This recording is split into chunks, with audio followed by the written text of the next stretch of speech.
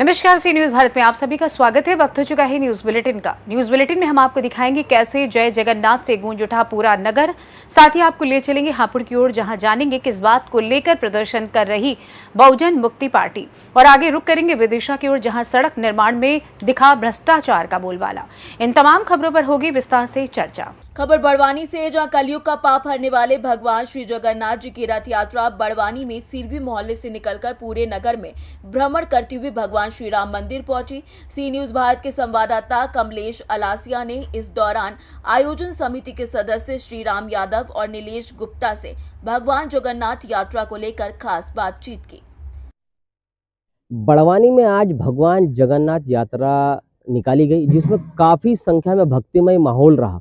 भगवान जगन्नाथ यात्रा को लेकर हमारे साथ आयोजक समिति के सदस्य श्री राम यादव जी से इनसे बातचीत करेंगे। श्री राम यादव जी, आज भगवान जगन्नाथ यात्रा निकाली गई, इसको लेकर समाज में क्या संदेश देना चाह रहे थे आप?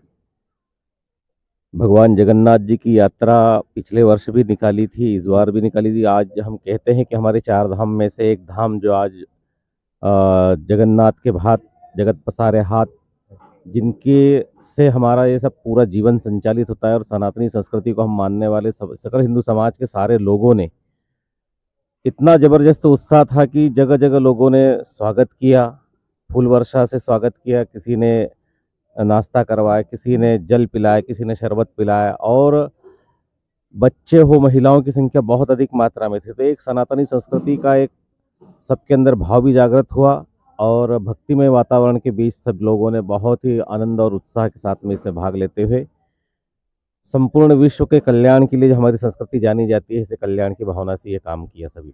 यादव जी, मतलब भगवान जगन्नाथ यात्रा को लेकर आसपास के काफ़ी दूर के भी लोग आए थे। कहाँ कहाँ से लोग आए और क्या संख्या रही होगी उन लोगों की? आसपास के गांव की अगर हम बात करें तो जगह जगह रामकृष्ण मंदिर जो हमारे यहाँ बड़वानी में है, उससे आसपास के सभी लोग जुड़े हुए हैं।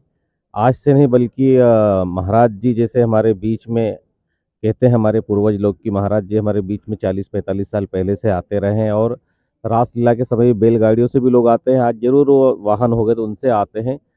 तो हमारे ग्राम पीपरी के संकीर्तन टोली हो, कसरावत के संकीर्तन टोली हो, नवलपुरा के संकीर्तन टोली हो, सजवानी के संकीर्तन टोली हो, नर्मदा नगर की हो, सभी लोगों के साथ साथ पिपलाज है, करी है, तलून है, बोरला है, और इधर बालका तक का हमने काफ़ी देखा था, भजन मंडली भी आए थे और कुछ बाहर के काफ़ी लोग भी रहे हैं वहाँ। इसमें बदनावर, धार, उज्जैन, सूरत की इस्कॉन की टीम भी आई थी, उनके साथ भी बहुत सारे भक्तजन पधारे थे। और पूरा भक्तिमय वातावरण में पूरे समय कोई ऐसे कीर्तन करते हुए जी, हरे राम हरे कृष्ण का कीर्तन करते हुए, ईश्वरी शक्ति की आराधना करते हुए, कीर्तन पर नृत्य करते हुए, पूरे हर्षोल्लास के साथ में यह जगन्नाथ जी की यात्रा संपूर्ण विश्व की शांति के लिए निकाली गई। भगवान जगन्नाथ यात्रा के दौरान जब समापन किया गया तो भंडारा में भी काफ़ी लोग थे, तो क्या संख्या रही होगी उन लोगों की? भंडारे में पिछले वर्ष थोड़ा सा हमने जैसे भंडारा किया था, लेकिन पिछली बार लगभग आधा माल बच गया था, पर इस बार हमने भंडारे का प्रचार प्रसार ज़्यादा किया।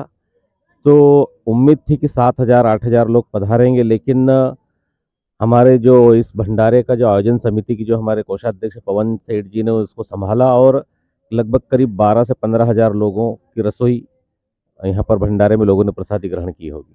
हमारे साथ नीलेश जी हैं, जो एक विषय पर चर्चा करते हुए कि जगन्नाथ यात्रा, क्योंकि हमेशा ये पूरी में देखने को मिलती है, काफ़ी संख्या में महिलाएं भी उसको खींचने की कोशिश कर रही थी, उसको लेकर आप क्या कहेंगे? ये मान लीजिए आप कि ये हिंदू समाज का शक्ति प्रदर्शन नहीं, ये जगन्नाथ जी के प्रति हिंदू समाज का प्रेम का प्रदर्शन था। और मतलब समिति की तो हम क्या हैसियत कहें, हम क्या लोगों को ले पाएंगे, लेकिन जो जगन्नाथ जी के प्रति समाज का भाव है कि दूर दूर से, सुदूर ग्राम अंचल से, बड़वानी नगर के गली मोहल्ले से जो समाज ने सहभागिता की है, वो जगन्नाथ जी के प्रति प्रेम को दर्शाता है। और इसी प्रेम के उसमें आज हजारों की संख्या में ये शोभा यात्रा, रथ यात्रा संपन्न हो पाई है। नीलेश जी, हम ऐसा मान लें कि ये लगातार भगवान जगन्नाथ यात्रा हमें देखने को मिलेगी? प्रयास तो यही है कि लगातार इसी उसका आयोजन किया जाए। पिछले वर्ष थोड़ा सीमित संख्या में था, इस वर्ष हमने शोभा यात्रा में 3-4 चीज़ें परंपरागत जो जगन्नाथ जी की यात्रा पुरी में निकलती है उसी तर्ज पे निकालने का हमारा प्रयास है।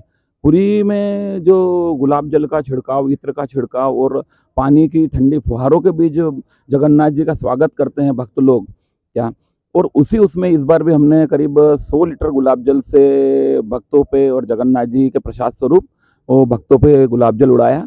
इसमें एक जो पुरी में महत्वपूर्ण है, कांसे की थाली का जो पात्र बचता है वो जगन्नाथ जी के प्रति जो लोगों का भाव है, वे अपने भक्तों के बीच में वर्ष में एक बार जो मिलने के लिए जाते हैं तो वो ब्रजवासियों से मिलन उत्सव के रूप में वो मनाते हैं।